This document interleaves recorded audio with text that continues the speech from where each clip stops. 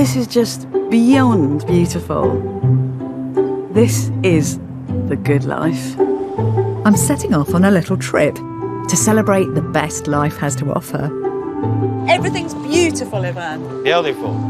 The Italians talk about la dolce vita. What is la dolce vita? Are we living it now? Is it here? The French, La belle vie. La belle Et les vie. bons vivants. it's what inspires us, what makes us happy. Well, this is fun. It's about great food and drink and fabulous company. Basically, in an Italian dream here. We are in Italian life. This is not a dream. Appreciating glorious culture. Just kind of throbs with energy and dynamism, radical and romantic and wild and dangerous. World-class art. I really think this is just going to blow your mind. Soaking up landscapes that lift the soul. Great. Oh, I could get used to this.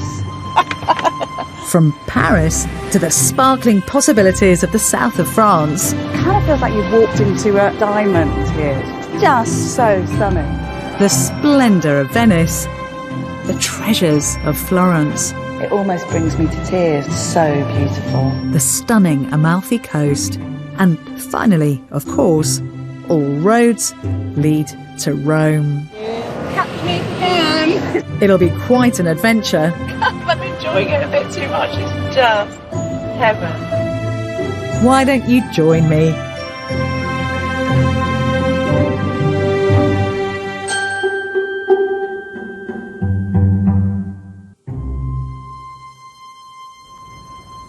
Paris, and the first essential stop on our cultural adventure.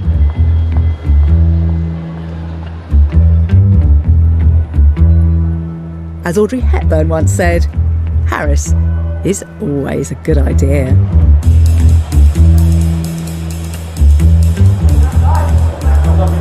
I've always just loved this place.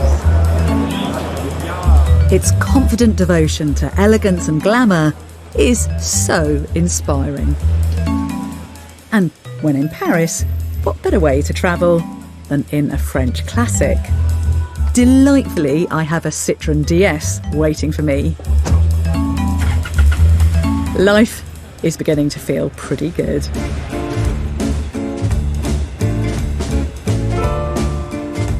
The DS is just so very French.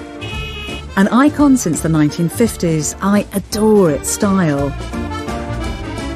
It's a pretty dreamy way to take in the sights of one of the world's most fabulous cities. Pronounced déesse, a pun on the word in French for goddess. How appropriate.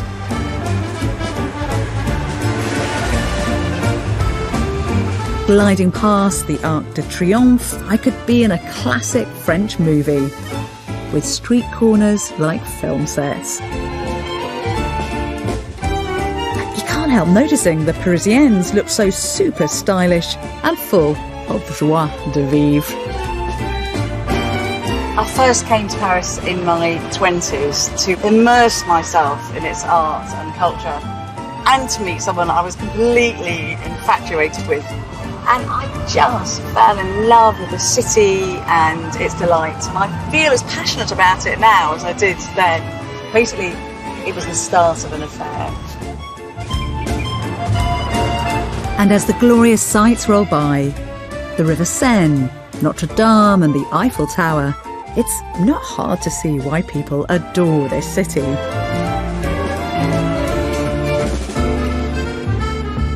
I intend to immerse myself in the best that Paris has to offer. So I've booked into L'Hôtel, one of the most romantic places to stay on the fashionable, artsy left bank.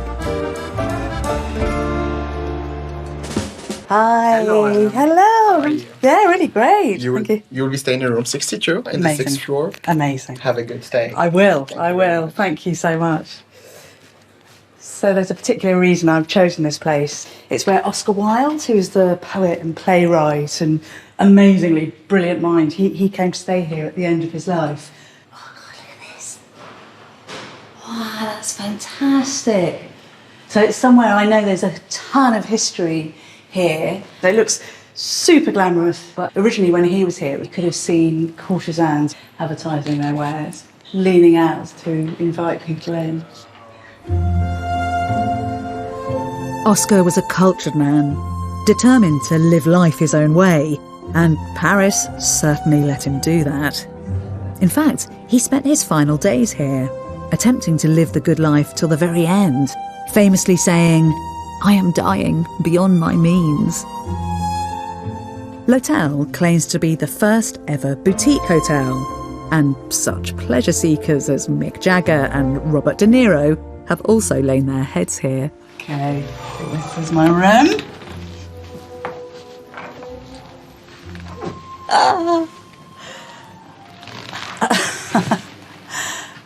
Going to spend a night with a cardinal in there. Look at this. Oh, hello. Definitely have a bath. Wow. Wow, this is not too bad, is it? I am a very, very lucky woman. It looks fantastic. So while dear old Oscar closed the last chapter of his life in this hotel, Here's Paris. it's the start of my enriching journey.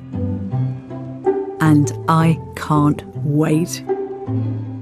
That is a city waiting to be explored. So let me get my trusty notebook out. You'll be seeing a lot of that, and do some planning.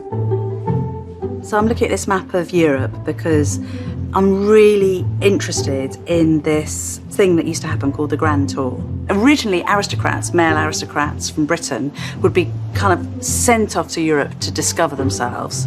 As time went on, women joined them too, and it was a really liberating thing for women to be able to do. And the idea is that you'd come to soak up art and culture and kind of immerse yourself in the good things of life. They went to a lot of parties, they drank a lot, they had affairs, but they also looked at a lot of art. It was liberation of all kinds. I was inspired to do the same as soon as I'd saved up my pennies. So that's me in Paris. And Paris was the first stop on that tour too. And it gets a bit hotter by the time I get down to Italy. I remember crazy nights in cafes and cabarets, soaking up the atmosphere. Days spent in museums and galleries, immersed in art, in my insatiable search for culture and adventure. I just came with not much in a sketchbook, and I found the sketchbook recently, so I thought I'd kind of bring it back to its home. Some of them are terrible. Some aren't too bad. I went to the Louvre and I just spent days and days and days and days there sketching. Lots of hot naked women, which is what Paris does particularly well in sculpture form, is what I remember. I've returned to the Louvre many times since that first visit. Coming here just makes life worth living. So it's where I'm heading this morning. It's the world's biggest museum, home to masterpieces like the Mona Lisa and treasures from Egypt.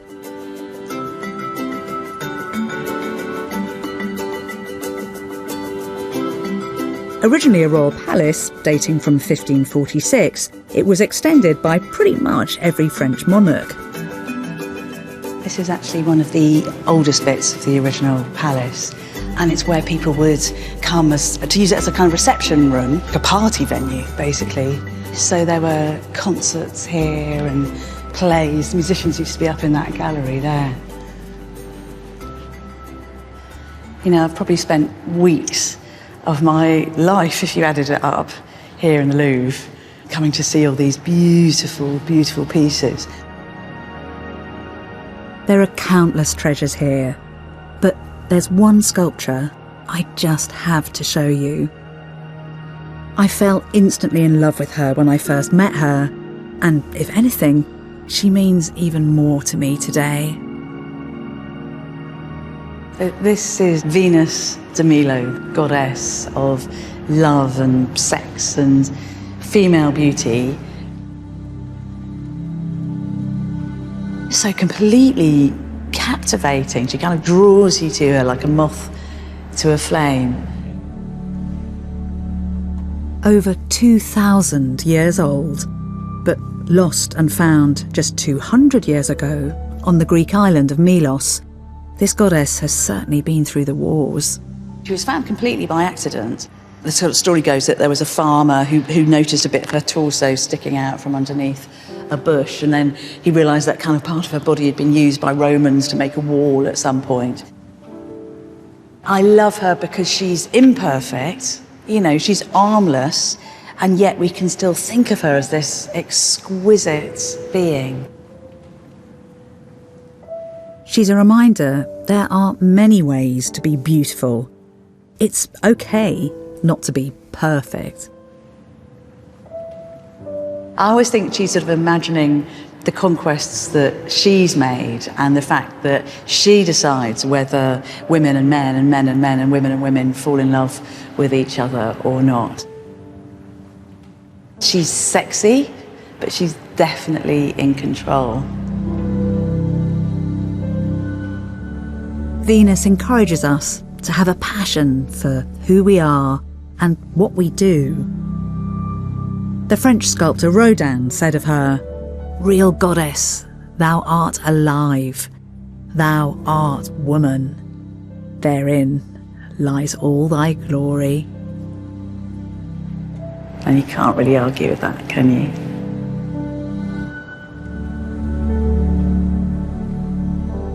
It's been such a treat coming back to this wonderful gallery. A reminder to appreciate just how stimulating art is and how it can lift the spirit and soul.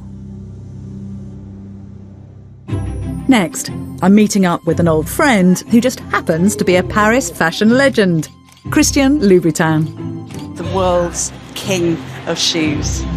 and sample the romance of Paris at sunset. We must be in love. We must be in love.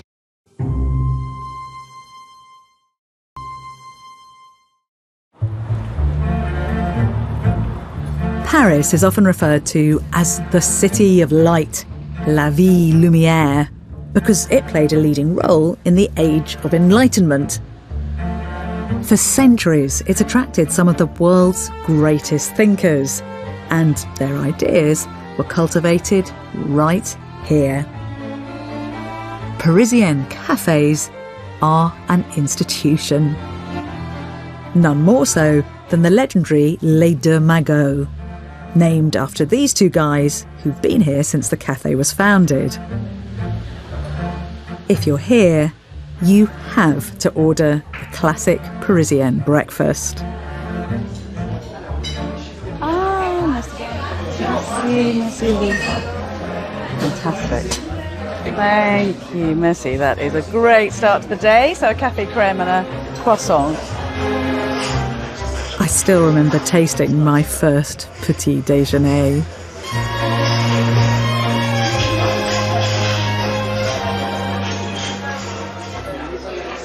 So this is one of the most famous cafes that there is in Paris. And it was a real centre for artists and thinkers. People drank a lot of coffee here. And they dreamt up all kinds of new and exciting ideas and kind of discussed how the world should be. There's a particular reason I've chosen this seat to sit in. It's because this was the corner where one of my complete heroines, Simone de Beauvoir, used to sit. So that's her over there in that photograph. She was here often with her partner, Jean-Paul Sartre, and they were basically the kind of it couple of the day who dreamt up these incredible radical ideas. She wrote a book called The Second Sex, which is all about empowering women. And that's one of the things about the cafe culture in Paris. It isn't just about your first caffeine hit of the day, great though that is. It's about having time to discuss new, exciting ideas and kind of dream up new ways of being. And the cafe's pretty good as well.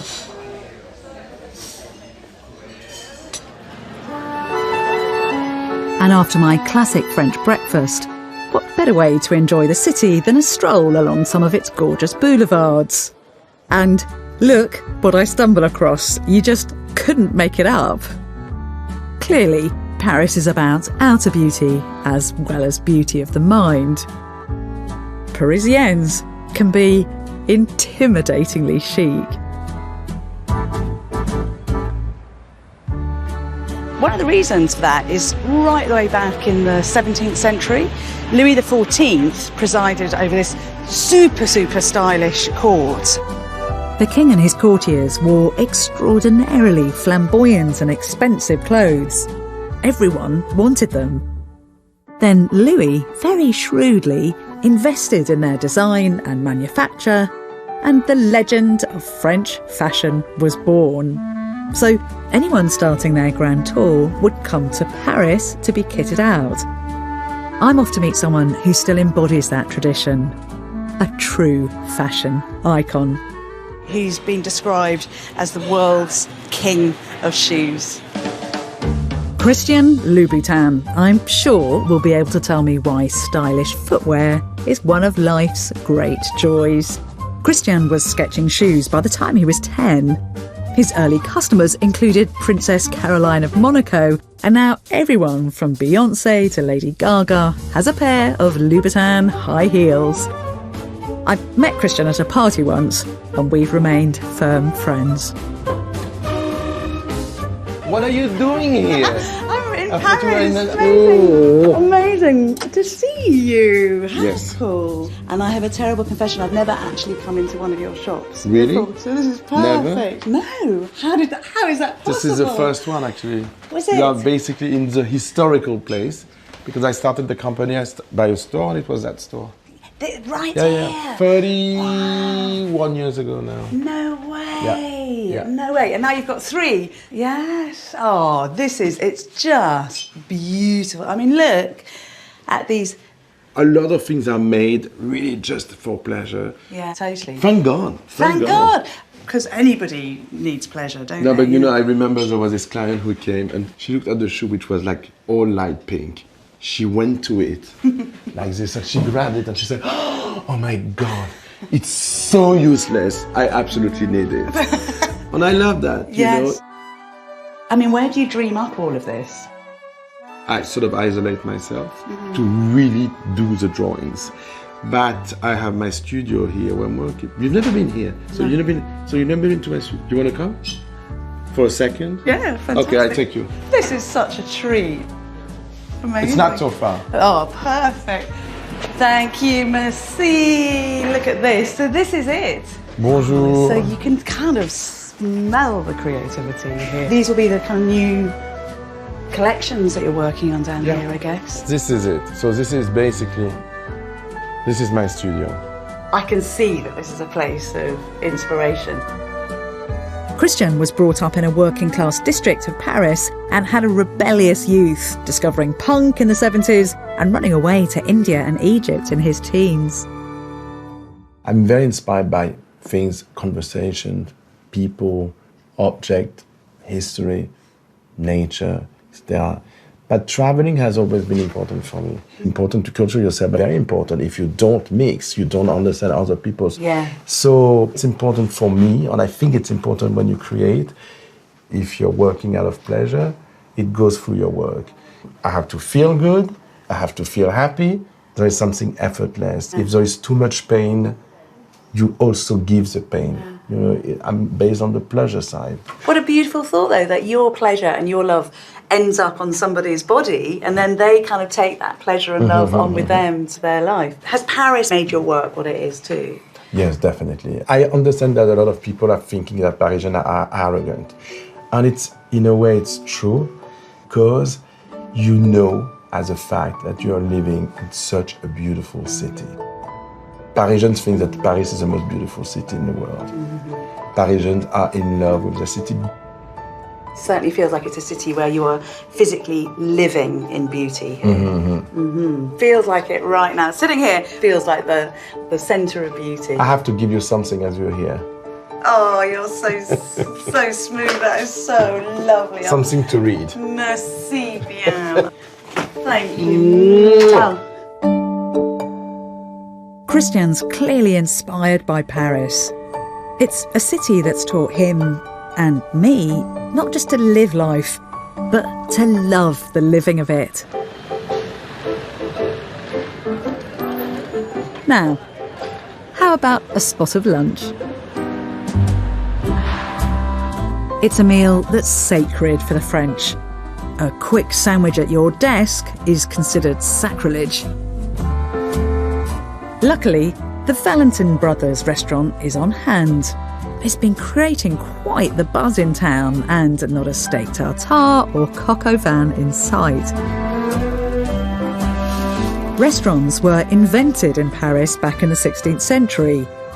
The word means to restore, because, as the French say, food restores body and soul.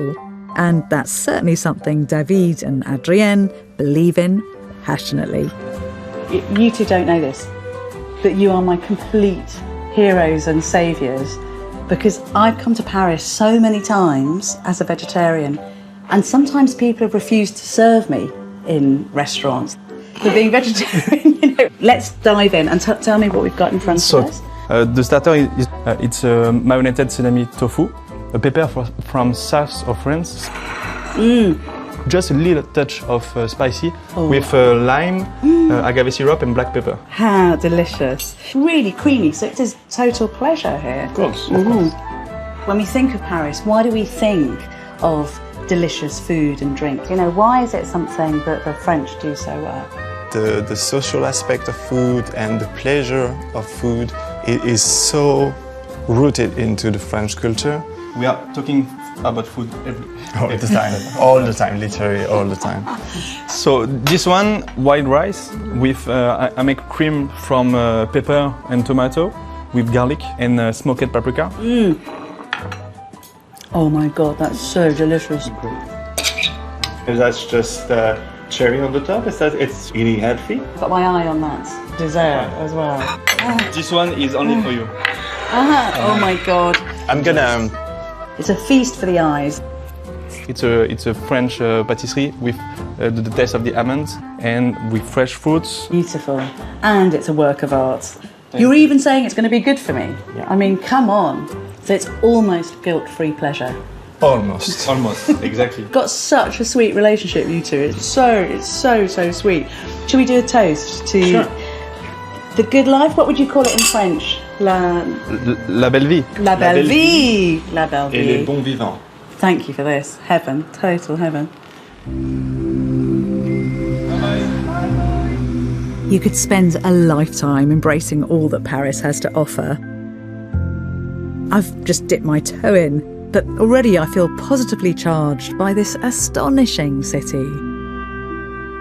Paris looks gorgeous during the day, but as the sun sinks, she's stunning. I'm delighted because another old friend has asked me to join him for a cruise along the River Seine at sunset. It's the perfect way to say au revoir to Paris. Lovely to see you. Been such a long time. It's been too long. Christian Valdevere is a movie producer and quite the bon vivant. He says this is the best way to see Paris and that we're going to toast the city's most iconic site. So look, Christian, I mean, this is ridiculously romantic. We must be in love. We must be in love. What better way to drink in the sights than with the most classic of French treats? Super. Champagne! Coco Chanel has this brilliant thing about champagne. She says, I only drink champagne twice in my life. When I've fallen in love or when I'm not in love. From our boat, we're able to appreciate the magnificent buildings that line the Seine and bid au revoir to my beautiful Louvre. And finally, la crème de la crème rolls into view.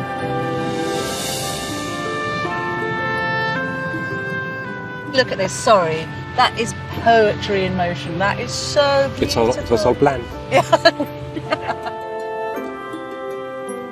It is. I mean, It is Christian- some building that I have heard about. Yes. Yes. Somebody You told me about it. Yeah. There's this thing in Paris. I mean, that is Whatever it is, yeah. that is pretty stellar, isn't it? Here's to Paris. And to old friends. And to old friends. And to love. And to love.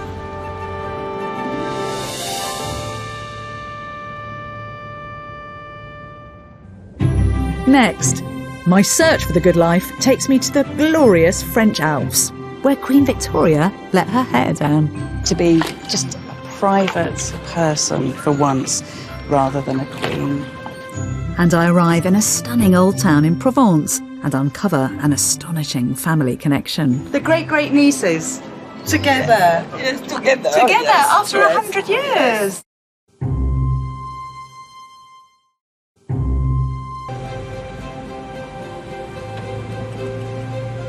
I'm on my way to the Côte d'Azur in this fabulous old Citroën.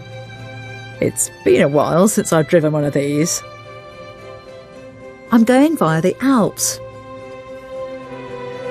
It's a chance to breathe in healthy air and to be inspired by the natural beauty of the mountains and lakes.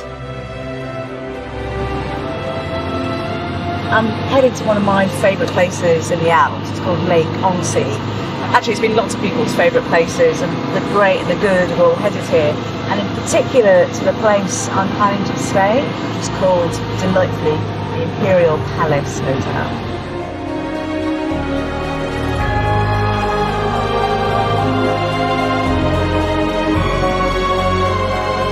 Not a bad view.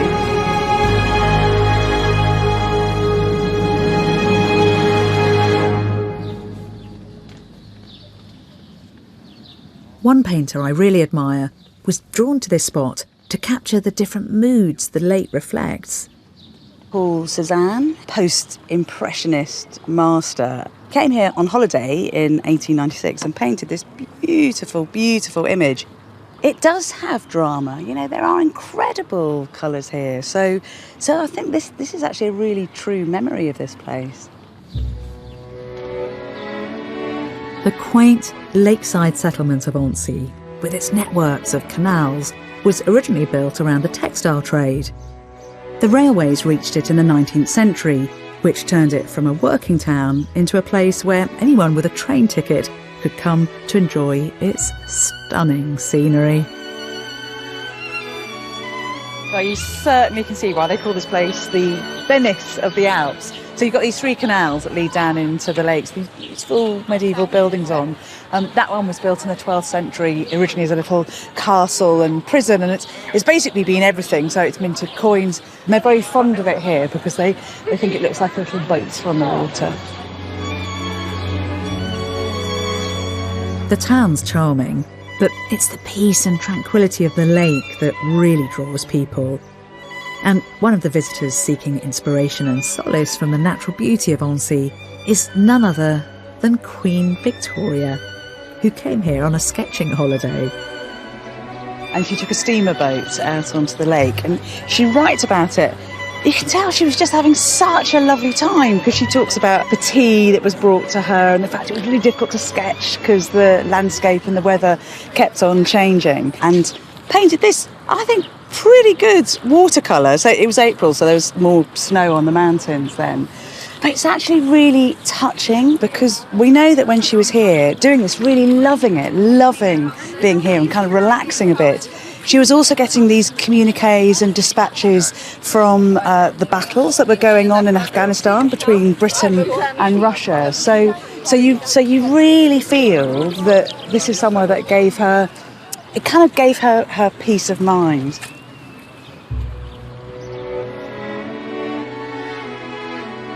We also know that this is somewhere where Queen Victoria could actually enjoy herself as a woman. So she'd slip off to a nearby town called Aix-les-Bains under a pseudonym and take the waters. So it was somewhere she could literally let her hair down and be herself, be just a private person for once, rather than a queen.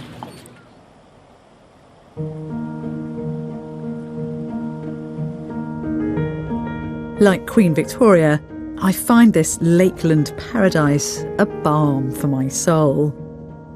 But the warmer climes of the south and the idyllic charms of Provence are beckoning me. I remember watching films like Jean de Florette when I was young and just falling in love with the idea of Provence. It's almost mythical to the French, a glorious region where the climate and rustic beauty combine to create a particularly blissful nirvana. The clear skies, the beautiful landscapes, amazing food and lovely villages, the epitome of the French good life. The hilltop town of Vence was originally an ancient Roman settlement. Its narrow cobbled streets and vaulted alleyways are just a delight to wander around. The bewitching charm of this place meant many great artists chose to come here to escape the memory of World War I in the 1920s. People like Chagall and Matisse and a man called Dufy, really big names. It turns out that I have a personal connection to this idyllic place. 100 years ago, my great-great-aunt thought her days were numbered, so she upped sticks and moved out here to spend her last few years in the sunshine. So this is the plastic era here. She opened a pottery shop and changed her life forever. I think this must be it. This door's become that window. And then that's the same window up there without the shutters. Totally incredible to find this place. It's just making me really think about what it would have been like for her here. For me, what this woman was this kind of really eccentric figure. So she had these terrible stomach pains. She thought she was dying, and she decided that rather than die in kind of rainy, grey England, she would come out here to sort of end her life under the beauty of this sun, you know, with all these amazing smells and sights around. The good life in Vence worked out really well for my great-great-aunt. And as I tuck into this gorgeous ripe brie, I think it's working for me too. She gets her health back, but is also befriended by the group of world-famous artists and writers who lived here. Seeking sanctuary after World War I, they all seem to have had an idyllic time together. They even called her, affectionately, Auntie. How brilliant to think of her out here, right at the heart of this circle of all the greatest artists of the day. Then people who write about her in their letters, so Aldous Huxley and H.G. Wells, and we hear about her from D.H. Lawrence's wife. So, you know, she obviously lived an incredibly fulfilling life here. I'm wondering if any of the locals know anything about her. Hi, sorry, I know I'm looking a bit mad. So this is my great-great-aunt, and this was her shop here. Did you ever hear about her? Yes, the English lady. I wonder if they thought she was a bit, you know, a bit mad. I think she was quite eccentric. I think she was quite unusual. Un petit peu folle. Folle. No. Folle. No. No. English. Well, that is a little bit mad, isn't it? Great-great-aunt had this shop. Your great-great-aunt? Yes. On me parlait toujours de l'anglaise qui avait... Et la propriétaire de la maison était mon arrière-grand-tante. Really? 3 maisons. That is so brilliant. So your great-great-aunt rented this shop to my great-great-aunt. The great-great-nieces together. Yes, together. Together after 100 years. What a beautiful place you live in here. Yes. And Bettany too. Oh, merci. Next, Nice dazzles. Kind of feels like you've walked into a diamond here. And which wine to choose? They're both delicious. I've definitely got to drink a bit more of both.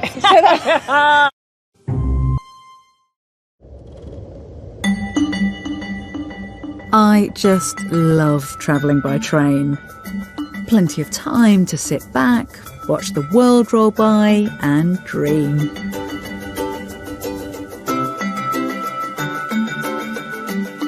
Arriving into the sparkling sunshine of Nice feels very glamorous, a welcome assault on the senses. When you come here, there are 3 things that hit you. So there's this amazing scent. I wish you could smell it. So you can smell pine and olive trees and jasmine. Of course, the colours. I mean, look at that blue in the curve of the bay down there. And the light, because it kind of feels like you've walked into a diamond here. It's just so stunning. The Greeks settled here close on 2,500 years ago and named Nice after the goddess Nike, not the brand.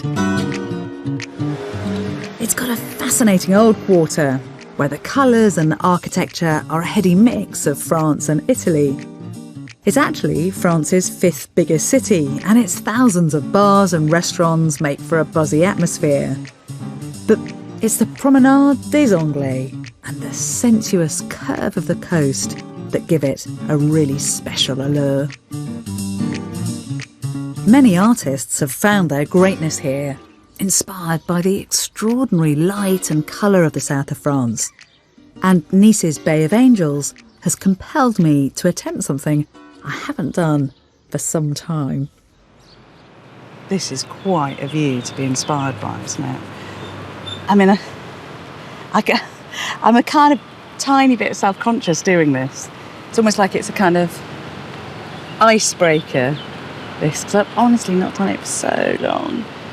I love painting. I used to do it the whole time. You know, other things, I'm having kids and stuff sort of take over. It's lovely to feel the brush on paper again and just to be sort of standing in the moment. You know, it's lovely being here and thinking of the artists who've come here to paint. So in particular, Henri Matisse, but he came and moved here. He left Paris and he came, he said it was where he could kind of rest and relax, and he said that it was just such joy to wake up in the morning and be surrounded by the beauty of the light, the sunlight outside, and how that gave him a sort of inner light, how that made him feel good within. And I know that when people have come and painted here particularly, they found it a real sort of balm for the mind. So Winston Churchill, for instance, he came here and he wrote about painting, and he said that it was the thing that kind of, it sort of saved him. It wasn't that it just made life worth living, that without it he would have plunged into this sort of pit of anxiety and despair. Blue is really hard to get right, so like, why have I picked a sea? My favourite colour is red, and I just spotted some little red canopies down on the beach, so that gives me an excuse to put some red in too. Yeah, I definitely need a bit more practice. What a fantastic way, though, to spend the afternoon. It's just whizzed by in blissful mindfulness.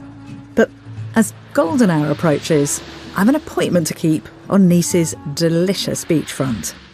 The French now drink more rosé than they do white wine, so I need to appreciate just what's going on. Victoria Todorovska is a wine sommelier who came here for the life-changing food and wine, so I reckon she's going to enlighten me. So it's perfect that we're meeting because, first of all, I'm a bit of a fan of rosé. Oh, yeah? And this is kind of rosé world, isn't it, down here? It is rosé world. Victoria grew up in a region of Macedonia where winemaking was part of the fabric of her childhood. But why rosé here? Why is it particular to this part of the world? A couple of reasons. One is just weather.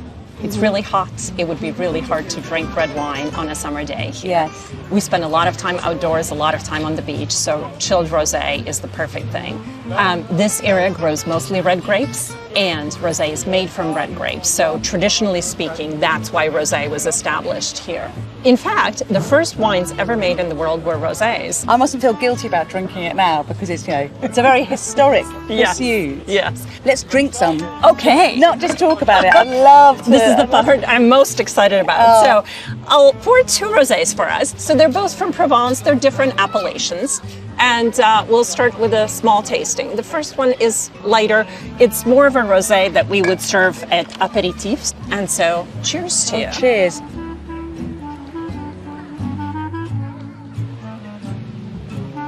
Oh my God, that's Notice so how delicious. refreshing that is on the palate, right?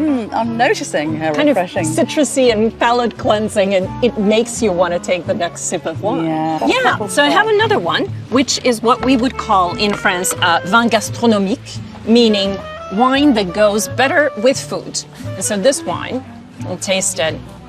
Even on the nose, it's a little stronger than the first one. It has more personality, as I like to say. So this wine goes really well with pissaladière. So this is the traditional onion tart of Nice, and it pairs really well with that acidity of the rosé. So let's taste. And it's interesting again, this, because it's sort of, you know, we're here in France. How you're describing it, this almost sounds more Italian. Yeah. So we have a strong link with Italy. Nice was part of the Kingdom of Sardinia until 1860. So it's been part of France for a very short time, and it has a very Italian culture. The colors are very Italian, the spirit of the people, the mentality and how people speak with their hands and everything else, the fact that we live life outdoors. It's pretty lovely, this, Victoria, I've got to say. Sitting here as the sun's beginning to kind of sink in the sky, all you can hear behind you are kids having a lovely time in the sea. Not one, but two kinds of rosé on the table. You like the wines. Do you have a preferred one? Why? And why? I'm always curious to know what people prefer. I know. They're both delicious. I've definitely got to drink a bit more of both so I can remember. This is the best answer I've heard in a long time. I know. I can Life see why you doesn't moved get any it. better. It doesn't get much better. Chin to our health, to our as we health. say. To our health.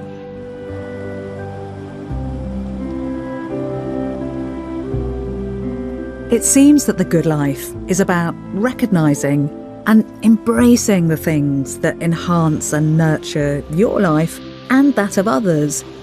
Whether that's great art, or a breathtaking view, or a glass of rosé on the beach with a new friend.